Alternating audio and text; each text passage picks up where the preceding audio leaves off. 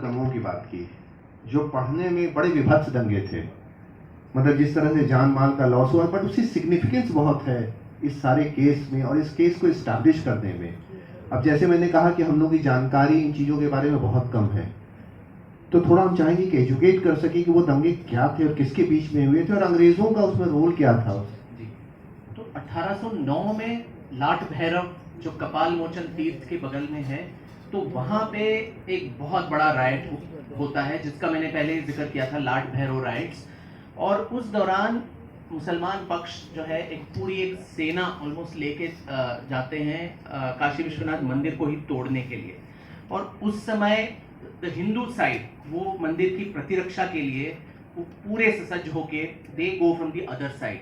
तो विश्वनाथ मंदिर के आसपास almost it's a pitched battle for 2 days और the Muslim side is completely defeated and sent back वहां से। तो और पूरी रात वहां पे नाइट विजिल, जो राजपूत हैं, जो गोसाई हैं, नाथ संप्रदाय के लोग हैं, वो सारे लोग मंदिर की प्रतिरक्षा जब कर रहे थे, लाट भैरव को भूल गए। तो द मुस्लिम साइड के कुछ लोग वहां जाके वहां पे एक गौ हत्या करते हैं और फिर इसके बहुत सारे very terrible details are there जो आप किताब में पढ़ सकते हैं। एंड देन उसका पूरा खून वगैरह जो है वो गंगा में और कपाल मोचन तीर्थ में उसको डाल देते हैं। और हिंदू जनमानस जो है इतना आहत हो जाता है कि अब गंगा जो है वो अपवित्र हो गई और हमें यहाँ रहने की कोई जिंदा रहने की कोई there is no more need to be alive. और सारे काशी के ब्राह्मण और उनकी पत्नियां विलाप करते हुए आमरण अनशन पे बैठ जाते हैं।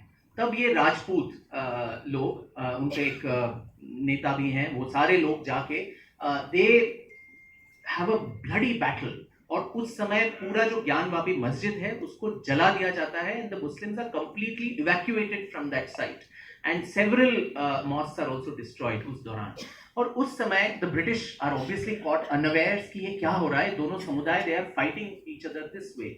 और तब जाके वॉटसन नाम के जो डिस्ट्रिक्ट मैजिस्ट्रेट है वो he gives a very important 1810 में उनका जो जजमेंट है, we hope that is the judgment which finally the honorable courts of this country, I don't want to prejudge them, तो but hope we can hope कि Watson साहब बोलते हैं कि ये हिंदुओं के लिए लाखों सालों से उनके शास्त्रों के अनुसार, उनकी रीति रिवाजों के अनुसार उनके लिए बहुत महत्वपूर्ण स्थान है, पर मुसलमानों के लिए इतना महत्व नहीं रखता, ये सिर्फ एक स्ट्रक्चर है। और वैसे भी अगर मंदिर और मस्जिद में अंतर वही है कि मंदिर में प्राण प्रतिष्ठित मूर्ति है, मस्जिद एक कॉन्ग्रीगेशनल स्पेस है। वो मुस्लिम कंट्रीज में ही वेरी कॉमनली मस्जिदों को ट्रांसलोकेट किया जाता है एक रेलवे लाइन बिछाने के लिए या फिर रोड वाइडनिंग के लिए, दे कीप ट्रांसलोकेटिंग इट।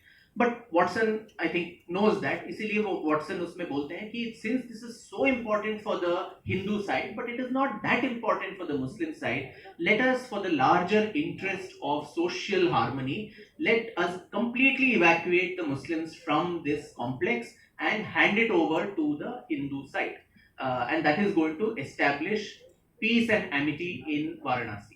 और एक और है बर्ड नाम के एक डिस्ट्रिक्ट कलेक्टर, हु सेज नहीं नहीं दिस विल क्रिएट प्रॉब्लम, तो मस्जिद तक उनका जो है सीमित रहा जाए। और द मंदिर साइड इज एनीवे देयर, जो अहिल्याबाई होलकर ने जो बनाया था, और बीच का जो एरिया था that was the disputed structure side which was taken over by the government. और that is what leads to the Deen Mohammad case, क्योंकि मस्जिद के अंदर they had to be restricted to the namaz, they would flow outside.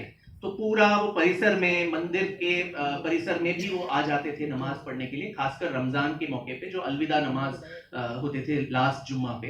तो that is what caused a rift between the British government and the Muslims, saying the British government is stopping us from doing our fundamental right of worship. और उसी तरह से वो दीन मोहम्मद का case होता है। तो लाट भैरव राइट्स जो होते हैं, it also shows for the first time हिंदुओं में जो छात्र स्पिरिट था, जो लड़ने की, और वो राजपूत जो लीडर्स हैं उनके वक्तव्य भी हैं उसमें। वो ब्राह्मणों को जाके बोलते हैं कि सिर्फ रोने धोने और अनशन करने से क्या होगा, हमें जाके अपनी शक्ति का भी प्रदर्शन करना होगा। अगर हम मेजॉरिटी हैं तो हमें अपना शक्ति को भी कभी कभी प्रदर्शित करते ही हम अपने जो पवित्र क्षेत्र हैं उनकी प्रतिरक्षा हम कर सकते हैं। तो I think there are a lot of echoes episode which hold a lot of significance today in multiple ways.